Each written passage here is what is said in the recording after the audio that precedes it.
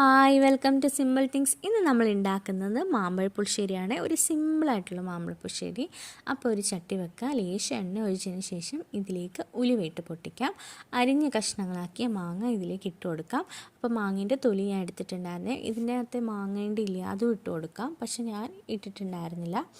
മഞ്ഞൾപ്പൊടിയും ഉപ്പും ലേശം വെള്ളവും കൂടി ഒഴിച്ചിട്ട് നമുക്കിത് തിളപ്പിക്കാൻ വെക്കാം. ഈ സമയമാകുമ്പോഴത്തേക്ക് നമുക്കിതിലേക്കുള്ള അരപ്പ് തയ്യാറാക്കാം. അരപ്പിൻ്റെ അകത്ത് ഒരു പിടി തേങ്ങ, ഒരു കഷ്ണം ഇഞ്ചി, ലേശം ജീരകവും ഒരു ചുമന്നുള്ളി, ചെറിയ ഉള്ളിയാണേ, എല്ലാം കൂടി ഇട്ട് നല്ലവണ്ണം പേസ്റ്റ് പോലെ അരച്ചെടുത്തിട്ടുണ്ട്.